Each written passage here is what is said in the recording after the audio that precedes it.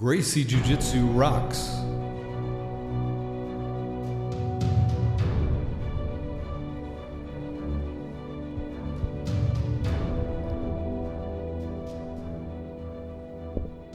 Welcome to the Gracie Jiu-Jitsu Rocks podcast, a podcast dedicated to Gracie Jiu-Jitsu and all things Gracie, including self-defense, competition, anti-bullying, women's self-defense and empowerment, nutrition, and most especially, the people involved in Gracie Jiu-Jitsu.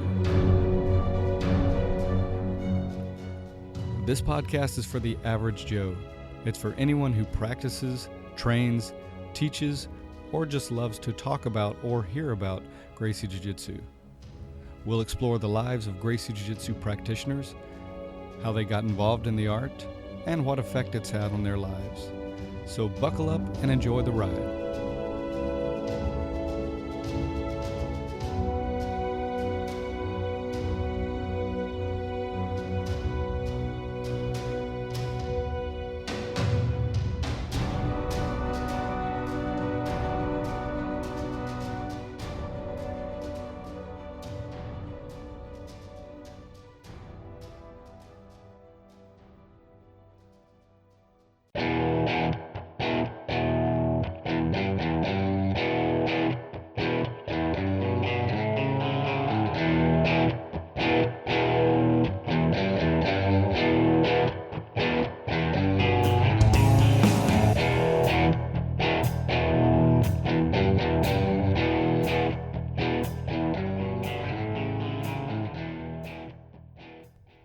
Welcome to episode 4 of the Gracie Jiu-Jitsu Rocks podcast.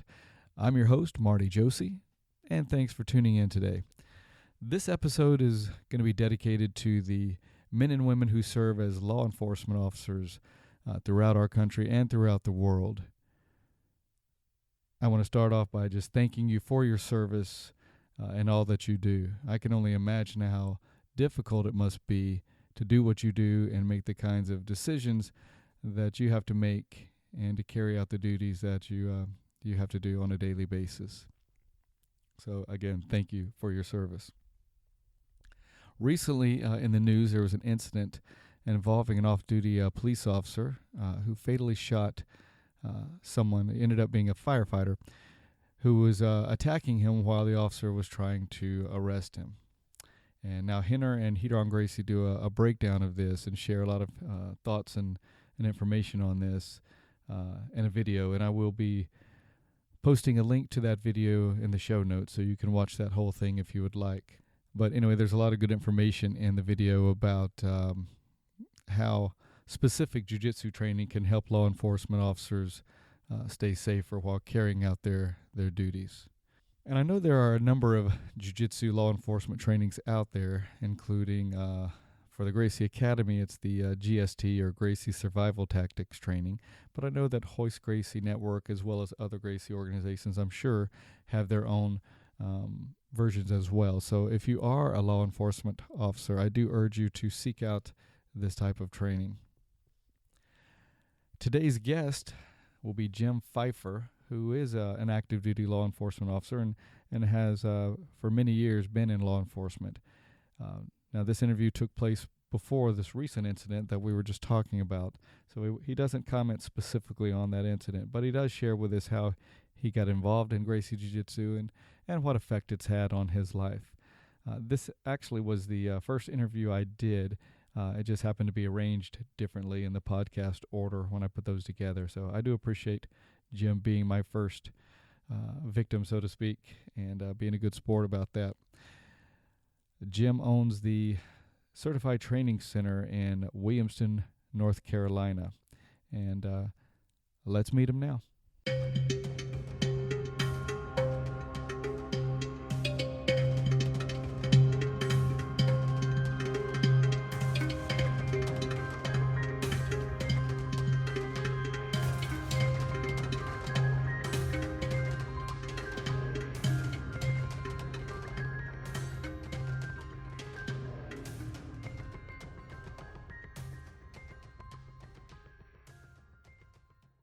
So, Jim, good to talk to you today. I'm very excited about this.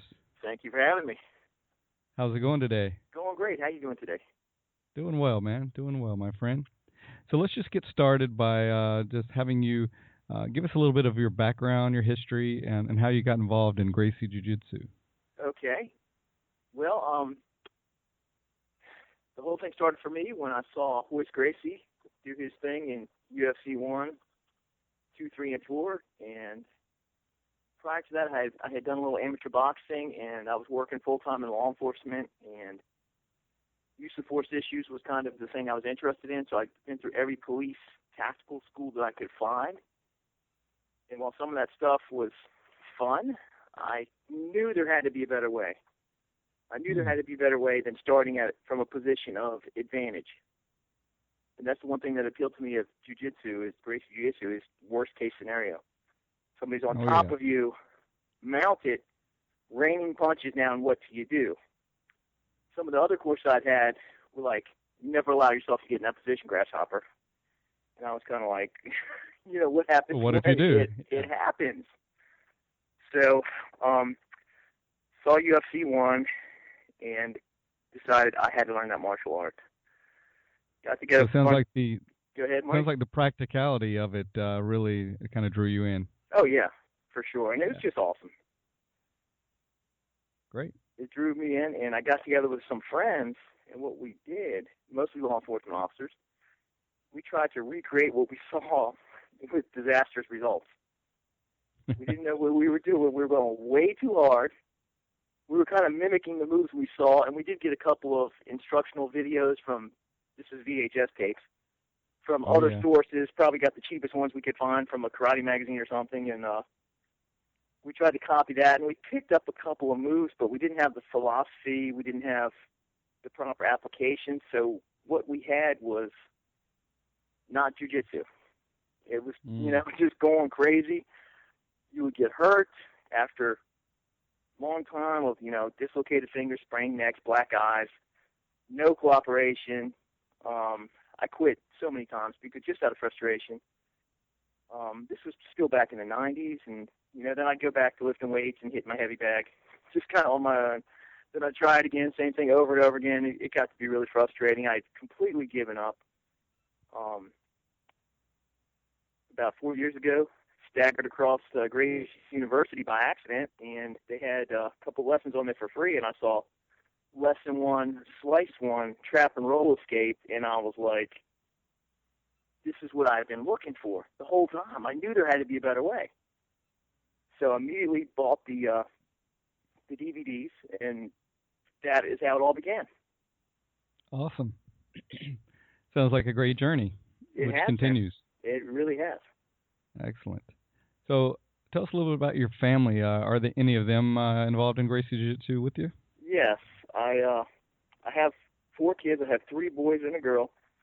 My daughter is a high school senior. She has no interest in it whatsoever. She is my secretary, though, which works out good. I do fire her 3 to 4 times a week, but always hire her back.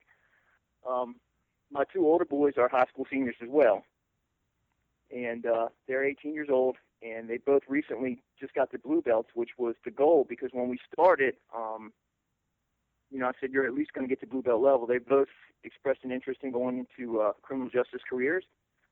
I said, I don't care if you're a florist. You're at least going to be a blue belt. So they work hard, and they help me out with the Little Champs Junior Grapplers program. Also have an 11-year-old son who is currently a white-yellow belt. Well, he's a full yellow belt working on the next belt, and he also helps me instruct, and he's totally into it. And it's great family time, great father and son time every night. Awesome. And I've had a chance to meet your family, and they're truly awesome family. Very blessed to have them. Right back at you, bro. And your wife makes a mean steak. Love it. Great cook. She can cook for sure, and she cooks healthy food. So I don't know if it's quite hit the bullseye on the Gracie diet, but it's close. Well, that brings up another question. Do you follow the Gracie diet or any specific nutritional program? I try not to eat any food that has a commercial. I just try to eat natural foods. I haven't had probably fast food in 10 years or so. Well, I take that back. Sometimes if I'm traveling, if I have to get a salad or something like that, but I haven't had the burger and fry thing in at least 10 years. I just try to eat natural foods, real foods, and I find that's the only way that I can run my program. Teaching two junior grapplers classes back to back and then combatives. If I'm putting poor fuel in my tank, and it's not going to work, especially at age 50. Absolutely. What you put in is definitely going to come out in the performance for sure. So Mentally good for too, you man. for being Mentally diligent too, with that. So I try not to let a lot of junk go into my mind. That's one of the things I like about Gracie Jiu-Jitsu so much. It's just the positive vibe and being around good people, pumping each other up. Great. So what's been the most interesting or exciting thing about studying or practicing Gracie Jiu-Jitsu? Well, the stuff works. I've used it a few times at work because I still work as a police officer, and that's great. But the main thing is really the friendships I've made. Yeah, I've yet to meet someone involved in Gracie Jiu-Jitsu that hasn't just been an outstanding person and someone you would love to just hang out with, and just quality people. That's been the best part. You wouldn't think, when you're starting a journey like this, that would be the best part, but it totally is. And also, seeing my students get confidence and seeing the children develop that unshakable confidence is really really worth the whole thing. Absolutely. And you mentioned your students. I know you've been through the Gracie Academy's instructor certification program. Tell us a little bit about what that was like for you, as well as what your experience has been like starting and running your own certified training center. Okay, wow. Going through the ICP, first you have to get accepted for it, of course, and you do all the things you need to do to get invited to go to California. You go through all that, and you feel like you got a handle on how things are going pretty good. Then you get there, and then next thing you know, you're at the Mecca. You are at the Jiu-Jitsu Academy, and you see all these Gracies walking around there, and all these awesome people at Jiu-Jitsu. It's very overwhelming. So I was glad I got to go down there about a week early and just go to as many classes as I could, take some private classes, and just kind of absorb the vibe and the lifestyle. So it was just really, it was life-changing, man. It really was. It was just the energy, and I'm long overdue to go back. And I know there's some guys out there right now, and I'm jealous. You and me both, my friend. You and me both. I'd love to get back out there sometime in the near future. We got to go, man. We do. So, okay, next question for you. Yes. So if you could train with one person, living or dead, who would that be and why? That's pretty easy. That would be the Grandmaster, Elio Gracie, just because he started it all. He modified Japanese Jiu-Jitsu using leverage and time for a smaller, weaker person, and that is just, he changed the world. Changed the world more than anyone else in martial arts, and I wish I had gotten into this earlier, and I would have figured out a way to get with him and train with him. But, the legend lives on through his family, and we're doing the best we can. But he would definitely be the one that pops in my mind first. Well, I can certainly appreciate that, and I share your sentiment there. That's one regret, is that I didn't get involved soon enough to actually meet him and do some training with him. So, but like you said, the legend and it all lives on with, with the family. Well, when I was in L.A. a couple times, the Grandmaster Horian walked by and he'd give you a little adjustment on something real basic, and you'd be like, oh my gosh, you touched me. It's pretty awesome. Absolutely. So, when you're not doing jiu-jitsu, when you're not on the mat, do you have a favorite activity or hobby besides jiu-jitsu? I got a lot of different things that I like. I like to read a lot, all different kinds of books. I'm always reading 3 or 4 different types of books at the same time. I like to play golf with my kids, even though I'm probably the worst. I'm a 0-stripe white belt at that, but I like it. I get my money's worth every time I go out. And also play my guitar a little bit. Years ago, I was heavily into lifting weights when I was into the boxing, police martial arts type thing, and I just kept getting a series of injuries with that. And, jiu-jitsu, it has become my thing. That's what I do. That's my stress relief. Instead of lifting weights, now I lift people. So, there you go. You know how it is to run the school. I was doing some admin stuff right before you called, so it is a labor of love. It takes a lot of time. So, but sometimes when I'm tired at night after a good day of training, I just stand and pick up a book and start reading it. And you mentioned your weightlifting. You used to be pretty heavy into that, right? Yeah, yeah, and when I was coming up in the 70s and 80s, I wish jiu-jitsu had been around because I was just naturally a small guy, but I got myself to where I could, double body weight bench press and a lot more than that on the squat and deadlift, and eventually my little bones started to complain. And I think about it every morning when I wake up now. But yeah, I used to be totally into it. I thought lifting weights and boxing was the best thing in the world, and then along came jiu-jitsu. Absolutely. And And from jiu-jitsu, I still, from my age, I must say, I still look pretty good with my shirt off. But I'm pretty small and unassuming now, without lifting all the heavy weights all the time. But that's, efficiency is what it's all about. absolutely, absolutely. And I know you've had some shoulder issues, and which affected how much you lift. And you had told me you kind of introduced me to something called Indian clubs. Why don't you tell us a little bit about that and how that's helped you? Oh yeah, man, they are awesome. They look like little bowling pins, and you can get them in different weights. And I found them from I think it was Atomic Athletic website, but they're out there, and they were actually the story goes, English Army officers picked them up in India back in the physical culture age.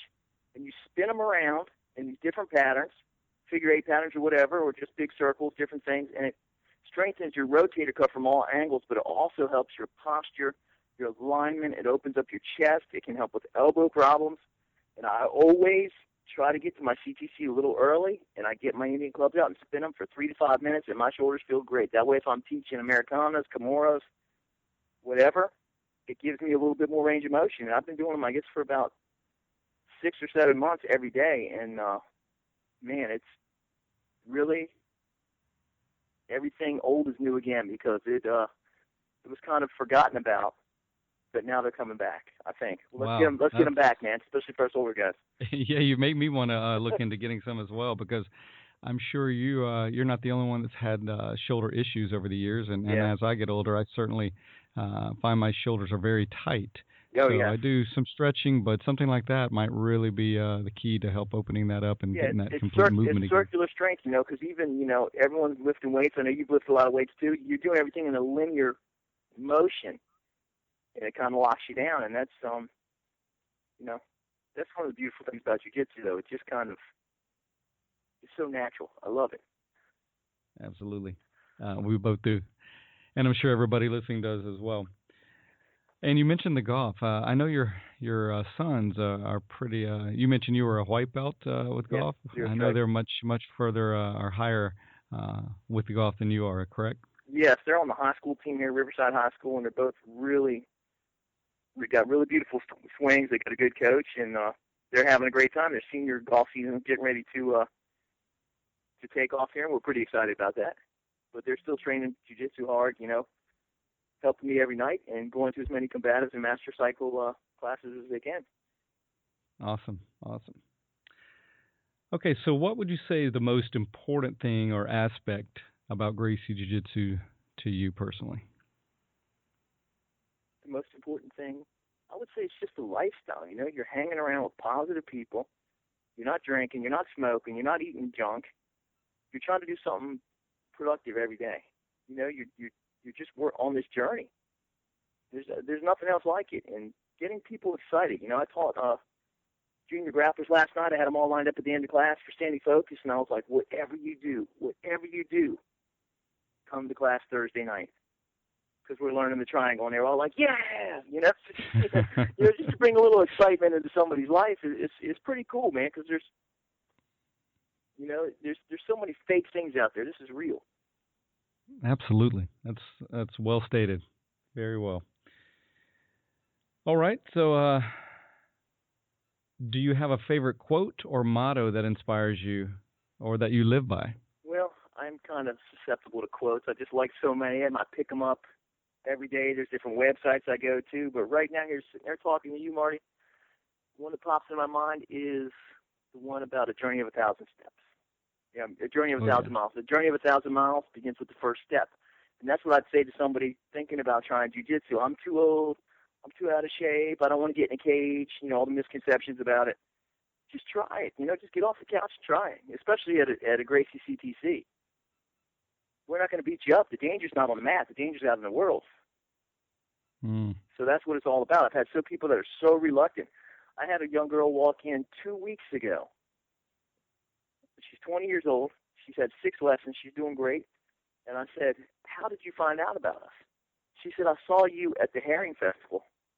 Well, we did a demonstration at the Herring Festival 10 months ago. She thought about all that time, and she finally came in. Now she was on fire and doing excellent. So it's just awesome. It's just the apprehension of walking into a school. That's true. It can be quite intimidating to, really, a lot of people may have an interest, but they just don't know if they can do it. Yeah. They may be scared just to walk in. They don't know what to expect. But like you said, it all starts with one step, and just give it a try, and you'll discover, all the possibilities that it holds and all the great stuff you get from it. So well said, Marty. Well said. And I try to make people, when they come in for that first lesson, I try to make sure they feel better when they walk out than when they walked in. Instead of my early experiences where you walked out staggering, you might not even be able to drive home. You're so beat up and so tired. That's so true. So true. Yeah, so I think the organization, the Academy, as well as other Gracie organizations, are good, are actually great about emphasizing that. Yeah, they want people to feel not only welcome and comfortable, but to feel better about coming and training than they were before. So yes, we cast a wide net. It's for everybody, and I can say that if anybody walks into any CTC worldwide, they're in good hands. Awesome. Okay, so I was going to ask about what you would tell someone who's considering, starting Gracie Jiu-Jitsu, but I think you just answered that quite just do it. well. So anything else you'd like to share with us today about you as a person, about your life, or about just your experience with Gracie Jiu-Jitsu? Well, this is kind of awkward because I really don't like talking about myself, but it's been fun. But if you are considering trying Gracie Jiu-Jitsu, go to a CTC because we teach the most important things first. Learning how to roll tournament Jiu-Jitsu is awesome. There's guys that are really tough, deadly, super coordinated. But somebody walks into me with no experience or walks into any CTC worldwide, they're going to learn how to deal with wild punches, football tackles, headlocks, stuff like that. We're going from the things you're likely to see first, then we'll teach you how to fight a skilled person later. And that's what I like about it. You get the most bang for your buck in the shortest period of time. So yeah, it really does make it pretty unique in that focus for sure. Yeah, sure. If you want to roll, come on in too. But if you want to just learn self-defense, we got that covered better than anybody. Yeah, it's got something for everyone, right? Absolutely. All right. Well, man, it's been a pleasure speaking with you, and I appreciate very much you sharing your thoughts and your insights and philosophies about Gracie Jiu-Jitsu and sharing some of your life with us. So I do appreciate it, and I'm sure the others hearing it feel like they know you better now. So thanks so much. Well, and, thanks for interviewing me, Marty. I really enjoyed it, buddy. Yeah, it was great. Let's get All together right, have and a good train, one, man. Let's get together and train. Let's do it, brother. All right, buddy. Real soon. All right, we'll see you. All right, take care. Bye. And you can find out more about Jim and Gracie Jiu-Jitsu Williamston by going to their website at www.graciejjwilliamston.com.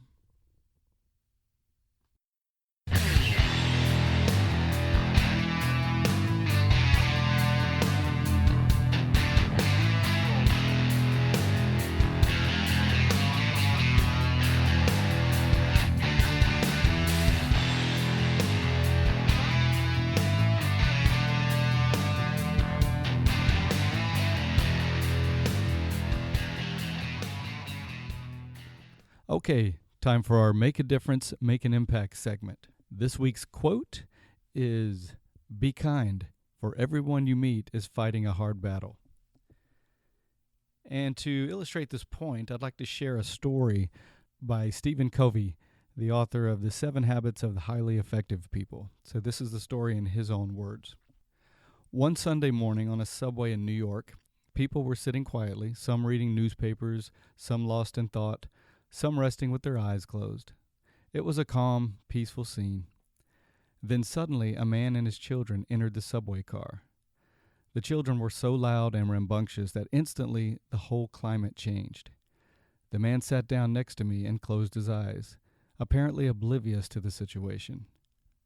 The children were yelling back and forth, throwing things, even grabbing other people's papers. It was very disturbing, and yet the man sitting next to me did nothing. It was difficult not to feel irritated. I could not believe that he could be so insensitive and let his children run wild like that and do nothing about it, taking no responsibility at all. It was easy to see that everyone else on the subway felt irritated too. So finally, with what I felt was unusual patience and restraint, I turned to him and said, "Sir, your children are really disturbing a lot of people. I wonder if you couldn't control them a little more." The man lifted his gaze as if to come to a consciousness of the situation for the first time and said softly, "Oh, you're right. I guess I should do something about it. We just came from the hospital where their mother died about an hour ago. I don't know what to think, and I guess they don't know how to handle it either." So you can imagine at that point that all the irritation and anger and frustration that Stephen was feeling instantly changed. He describes it as a paradigm shift, and instantly he was filled with compassion for this person and his kids.